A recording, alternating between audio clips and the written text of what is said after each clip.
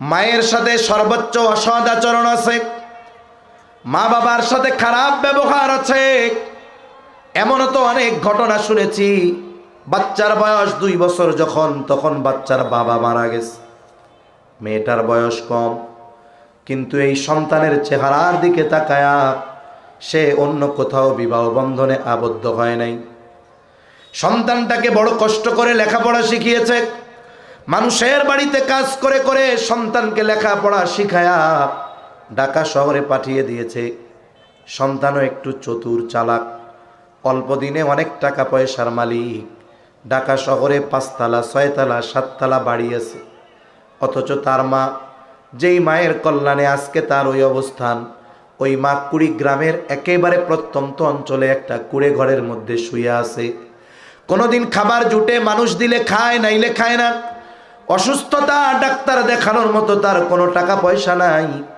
অথচ যেই সন্তানের জন্য আজকে তার এই পরিণতি, ওই সন্তানের ঢাকা শহর 5 তলা 10 তলা বাড়ি। আফসোস, ওই সন্তানের 5 তলা বাড়িতে মায়ের জায়গা তো বহুদূর, বাড়ির নিচতলায়ও জায়গা হয় না। আছে না নাই কম? অনেক। এমনও সন্তান আছে আমার জানা, সন্তানের বাসায় মা থাকে। আফসোস, ওই মা যেই বেলা ঘর মুছে দেয়, কাপড় ধুয়ে দেয়, ওই বেলা খাবার জুটে। বার্ধক্যের কারণে, বয়সের কারণে, অসুস্থতার কারণে যদি কাজ না করতে পারে, তাহলে মায়ের কপালে খাবার জুটে না। এত বড় জুলুম, এত বড় খারাপ আচরণ মায়ের সাথে করার মতো লোক আমাদের দেশে আছে। খবরদার, এগুলো কিয়ামতের অন্যতম আলামত। আমি আপনি জীবন চলে যায় যাক, কখনো মা বাবার সাথে খারাপ আচরণ করব না। মনে রাখতে হবে, আল্লাহ তাআলা সব পাপের শাস্তি দেওয়ার ক্ষেত্রে বিলম্ব করেন, কিন্তু মা বাবার সাথে খারাপ আচরণ এটা এমন এক পাপ, এটার শাস্তি দেওয়ার জন্য মরার অপেক্ষা আল্লাহ করেন না, দুনিয়ায় থাকতেই দেওয়া শুরু করে। এজন্য মা বাবা যাদের আছে, মা যাদের আছে, আমরা সবচাইতে বড় নেয়ামত মনে করব। আমরা তাদেরকে আমাদের আচরণের দ্বারাও তারা যেন কষ্ট না পায়, আমরা সর্বোচ্চ সদাচরণ মা বাবার সাথে করব কোন ইনশাআল্লাহ। عن أبي هريرة رضي الله تعالى عنه قال قال رسول الله صلى الله عليه وسلم لا تقوم الساعة حتى يقبض العلم। নবীজি সাল্লাল্লাহু আলাইহি ওয়াসাল্লাম বলেন, ততক্ষণ পর্যন্ত কিয়ামত সংগঠিত হবে না যতক্ষণ না ইলম উঠিয়ে না নেওয়া হবে। তার মানে কিয়ামতের আগে আল্লাহ তাআলা ইলম উঠায়া নিয়ে যাবে। এজন্য আমাদের গ্রামে ছোটবেলায় আমরা গল্প শুনতাম যে কিয়ামতের আগে আল্লাহ কোরআন হাদিস উঠায়া নিয়ে যাবে, ওই ইলম উঠিয়ে নিয়ে যাবে। এই কথাটা তারা তাদের ভাষায় বলতো যে কিয়ামতের আগে আল্লাহ কোরআন হাদিস উঠায়া নিয়ে যাবে। সারা পৃথিবীতে এত কোরআন হাদিস আল্লাহ তাআলা উঠাবেন কেমনে? তো ওনারা একটা গল্প বলতো, গল্পটা বেশ প্রসিদ্ধ ছিল আমাদের অঞ্চলে। গল্পটা কি আপনাদের শোনাবো? ওনারা বলতো যে একদিন ইমাম সাহেব ফজরের নামাজে দাঁড়াবে, তাকবীরে তাহরিমা বলে হাত বাঁধবে, এরপরে সানা পড়বে, আউযু বিল্লাহ বিসমিল্লাহ পড়বে। যেহেতু ফজরের নামাজে কেরাত জোরে না আস্তে, বলেন তো এরপরে ইমাম সাহেব যেই সূরা পড়বে সেই সূরার নাম কি? জোরে কোন, সেই সূরার নাম কি? সূরা ফাতিহা। কেউ কয় আলহামদু সূরা। ইমাম সাহেব দাঁড়ায় থাকবে, মুখ দিয়ে সূরা ফাতিহা বের হয় না।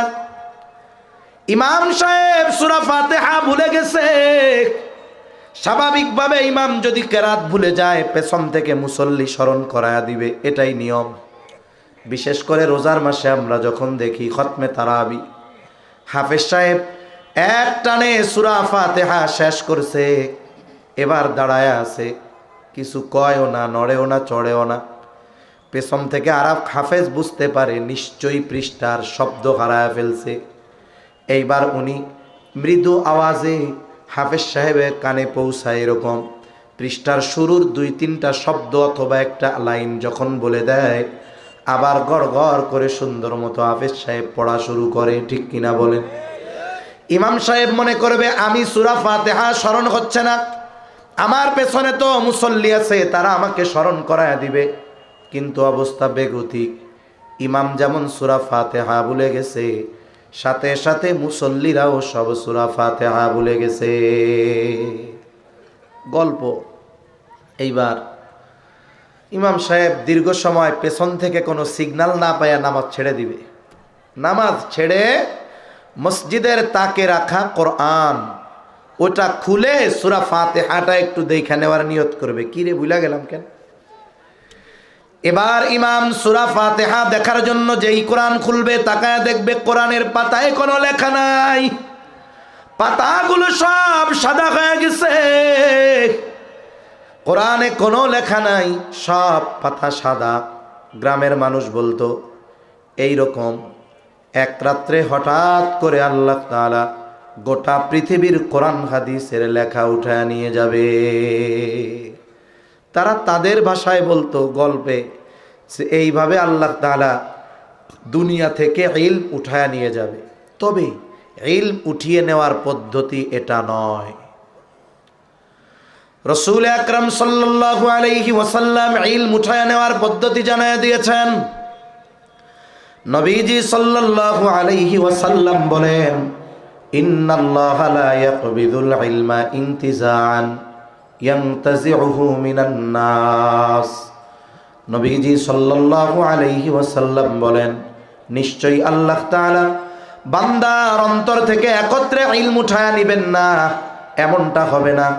একদিন রাতে সারা পৃথিবীর হাফেজরা কোরআন ভুলে যাবে, মুফতি সাহেবরা ফতোয়া ভুলে যাবে, শাইখুল হাদিসরা হাদিস ভুলে যাবে, এমনটা হবে না। আল্লাহ তাআলা বান্দার অন্তর থেকে একত্রে ইলম উঠায় নেন না।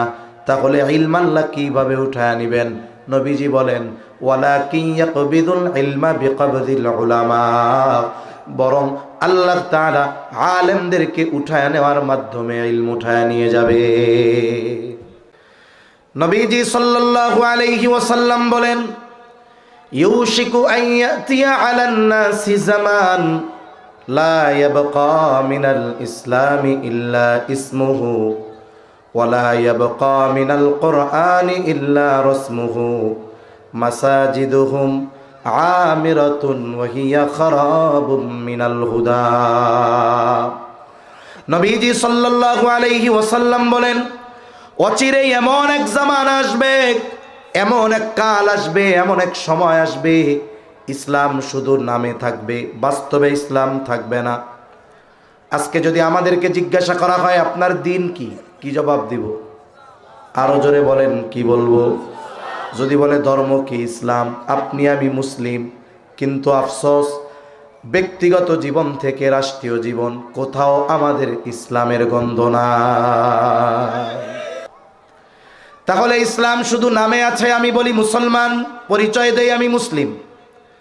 এরপরে নবীজি বলেন, ওয়ালা ইয়াবকা মিনাল কুরআনি ইল্লা রাসমুহু। নবীজি সাল্লাল্লাহু আলাইহি ওয়াসাল্লাম বলেন, কোরআন শুধুমাত্র লেখায় থাকবে, বাস্তবে আমলে থাকবে না। আমল তো বহুদূর। একটা সময় ঘরে ঘরে সকালবেলায় কোরআনের তিলাওয়াত হতো, এখন ওই কোরআনের তিলাওয়াত নাই। আমল এক পাশে রাখেন, তিলাওয়াত নাই। অথচ আমরা ছোটবেলায় দেখছি, এখনো মনে আছে আমার, যে বাড়ির মানুষেরা কারেন্ট ছিল না, এশার নামাজের পরপর ঘুমায় যাইত সবাই, লম্বা সময় ঘুম। সুবহে সাদিকের মানে সেহরির সময় শেষ হওয়ার 1-1.5 ঘন্টা আগে বাড়ির মহিলারা উঠে যাইত। উঠে কি করত? উঠান বাড়ি পরিষ্কার করত ঝাড়ু দিয়া। যদি কারো বাড়ির সামনে রাস্তা থাকতো, আমাদের অঞ্চলে বলে বাহির বাড়ি, যেহেতু গভীর রাত কেউ দেখবে না, বাহির বাড়ি রাস্তাগুলাও ঝাড়ু দিয়া দিত। এখনো সুবহে সাদিকের আধা ঘন্টা বাকি। এইবার বাড়ির পুরুষদেরকে উঠায়া দিত, পুরুষেরা উঠত, অজু করে পুরুষেরা আর নারীরা তাহাজ্জুদের নামাজে দাঁড়ায়া যাইত। ইতিমধ্যে ফজরের আজান, মহিলারা যায় নামাজেই ফজরের নামাজ আদায় করে নিত, আর মহিলারা পুরুষেরা ফজরের নামাজ আদায় করার জন্য মসজিদে চলে যাইত। মহিলারা নামাজ শেষ করে দীর্ঘ সময় কোরআন তিলাওয়াত করত। ইতিমধ্যে পুরুষেরাও মসজিদ থেকে নামাজ শেষ করে বাড়িতে আসতো। আমাদের গ্রামে ছোটবেলায় সকালের খাবারের আগে ওই যে ফজরের পর হালকা নাস্তা করতো মানুষ, একটু চা বিস্কিট, একটু গুড় মুড়ি এইগুলো খাইতো। এরপরে পুরুষেরা কোরআন তিলাওয়াত শুরু করত, কেউ বাড়ির বারান্দায়, কেউ বা কাচারি ঘরে, আর মহিলারা ঘরের অন্যান্য কাজ, রান্নাবান্নার কাজ শুরু করে দিত। ওই সময়গুলাতে যখন কোনো মানুষ গ্রামের মেঠোপট দিয়ে চলত, দেখা যাইত প্রত্যেকটা বাড়ির থেকে গুনগুন কোরআনের তিলাওয়াতের আওয়াজ আসতো। বলেন তো আজকে সেই আওয়াজ আছে নাকি? জোরে বলেন আছে নাকি? তাহলে আমল গেল, তিলাওয়াত গেল, বলে সবই গেল। এখন তো কোরআনের প্রতি যেই মর্যাদা, কোরআনের প্রতি যেই মোহাব্বত থাকার দরকার ছিল সেটাও নাই। সফরের সুবাদে বিভিন্ন প্রত্যন্ত অঞ্চলেও যাওয়া হয়। অনেক সময় অনেক জায়গায় দেখেছি এত সুন্দর মসজিদ, মসজিদের মধ্যে টাইলস নয়, মার্বেল করা, মার্বেল, এসি আছে, সব আছে, কিন্তু এত সুন্দর মসজিদের মধ্যে সবচাইতে অবহেলায় আছে কোরআন। কোরআন কেউ পড়ে না, কোরআনে গিলাফ নাই। এমনও দেখার দুর্ভাগ্য হয়েছে, পাকা মসজিদ, টাইলসওয়ালা মসজিদ, এত সুন্দর ব্যবস্থাপনা, কিন্তু কোরআনগুলো এত অবহেলায় আছে যে কোরআনের উপরে টিকটিকি আর তেলা পোকা পায়খানা করে রাখছে। নাউজুবিল্লাহ, কি অবস্থা একটু চিন্তা করেন। তিলাওয়াত করে না, আমল তো নাই, কোরআনটারে মোহাব্বত করে একটু পরিচ্ছন্ন রাখবে, পরিষ্কার, তাও রাখে না। তাহলে কথা অনেক দূর চলে যাচ্ছে, মূল আলোচনার দিকে চলে যাই। নবীজি বলেন কিয়ামত ততক্ষণ পর্যন্ত সংগঠিত হবে না যতক্ষণ না ইলম উঠিয়ে না নেওয়া হবে। আর আল্লাহ তাআলা আলেমদেরকে উঠিয়ে নেওয়ার মাধ্যমে ইলম উঠায় নিবেন। 2 নাম্বার নবীজি বলেন ওয়া তাকসুরুজ জালাজিলু, নবীজি বলেন কিয়ামতের আগে জালজালা তথা ভূমিকম্প বেড়ে যাবে। কিয়ামতের আগে ভূমিকম্প বাড়বে। বিজ্ঞান বলে, যারা ভূতাত্ত্বিক তারা বলে দৈনিক পৃথিবীতে 50,000-এর উপরে ভূমিকম্প হয়। কয় হাজার? 50,000-এর উপরে ভূমিকম্প হয়। তবে ভূমিকম্পের মাত্রাগুলো কম, এজন্য মানুষ টের পায় না, কিন্তু ভূমিকম্প হতেই থাকে। কিন্তু যখন এই কম্পনটা অল্প সময়ের জন্য একটু বেশি হয়, তখন দেখা যায় তুরস্কের মতো দেশ 45,000 স্থাপনা ভেঙে গুঁড়ো গুঁড়ো হয়ে গেছে। বাংলাদেশে 5.7 হয়েছে ঢাকায়, এতেই মনে হয়েছে কিয়ামত। কি অবস্থা! মানুষেরা সব রাস্তায় নেমে আসছে, আত্মচিৎকার, কেমন যেন সব বিল্ডিংগুলো এখনই তছনছ হয়ে পড়বে, মৃত্যুপুরীতে পরিণত হবে ঢাকা, এমন এক অবস্থা। তা বিজ্ঞান বলে আমরা ভূপৃষ্ঠের উপরিভাগে বসবাস করি। ভূপৃষ্ঠের মানে পৃথিবীর উপরিভাগে। এটা খণ্ড বিখণ্ড, একত্রে নয়। এই এক একটা সুবিশাল অংশকে নাম দেয় এক একটা প্লেট। যেমন আমরা আছি ইন্ডিয়ান প্লেটে, আমাদের এক পাশে আছে, এই পাশের দিকে আছে ইউরোশিয়া প্লেট, এই পাশে বার্মা প্লেট। এগুলো নড়াচড়া করে, কোনোটা পাশাপাশি ঘর্ষণ লাগে, কোনোটা পাশাপাশি লাগে, কোনোটা উঁচু নিচু হয়, কোনোটা সময় একটা আর একটারে চাপ দেয়। এটা মাটির তলে চলতে থাকে, এটা আমরা দেখি না। তবে নড়াচড়ার গতি খুব ক্ষীণ। যদি কোনো সময় স্বাভাবিক গতির চাইতে একটু বাড়ে, ভূমিকম্পের মাত্রা বাড়ে। 5, 7, 8, 10 সেকেন্ড, ওই 5.7 মাত্রার নড়াচড়া, এটা যদি শুধু 7.5 হইতো তাহলে কি পরিণত হতো আল্লাহ তাআলা ভালো জানে। তাহলে ভূতাত্ত্বিকরা বলে টেকটনিক প্লেটের নড়াচড়ার কারণে ভূমিকম্প হয়। তবে ইমানদার সে জানে এটা জমিনে সংগঠিত একটি বিপর্যয়, আর জমিনে বিপর্যয় সংগঠিত হওয়ার মূল কারণ এটা আমাদেরকে কোরআন হাদিস জানায় দিছে। ঠিক কিনা বলেন? আসলে আমরা ভূমিকম্প নিয়ে যত আতঙ্কিত, যত চিন্তিত, ভূমিকম্প হওয়ার যেই মূল কারণ, এই বিষয়টা নিয়ে যদি অত চিন্তিত আর আতঙ্কিত হতাম, তাহলে আশা করা যায় ভূমিকম্পের মতো এইরকম মুসিবত আমাদের উপরে আসতো না। এখন ভূমিকম্প কেন হয় বলবো আপনাদের, কোরআন থেকেই বলি। আল্লাহ তাআলা বলেন যাহারাল ফাসাদু ফিল বাররি ওয়াল বাহরি বিমা কাসাবাত আইদিন নাস। আল্লাহ তাআলা বলেন, জলে স্থলে যত ধরনের বিপর্যয় সংঘটিত হয় সব মানুষের হাতের কামাই। তার মানে ভূমিকম্প, ভূমিধস, অতিবৃষ্টি, অনাবৃষ্টি, বন্যা, যত কিছু হয় আমাদের হাতের কামাই। আর পানিতে কি হয়? জলোচ্ছ্বাস, সিডর, আইলা, লাইলা, সুনামি, এগুলো সব মানুষের হাতের কামাই। এই কামাই কি? বলে পাপের কারণে। আল্লাহ তাআলা আমাদের এই বদআমল, আমাদের এই পাপের কারণে এই শাস্তিগুলো আমাদের আস্বাদন করান।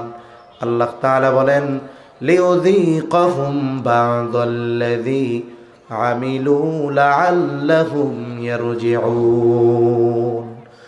আল্লাহ রাব্বুল আলামিন বলেন, আমাদের বদআমলের কারণে আমাদেরকে এই ধরনের শাস্তি আস্বাদন করানো হয়। আল্লাহ তাআলা বলেন, কেন এই শাস্তি আমাদের দেন?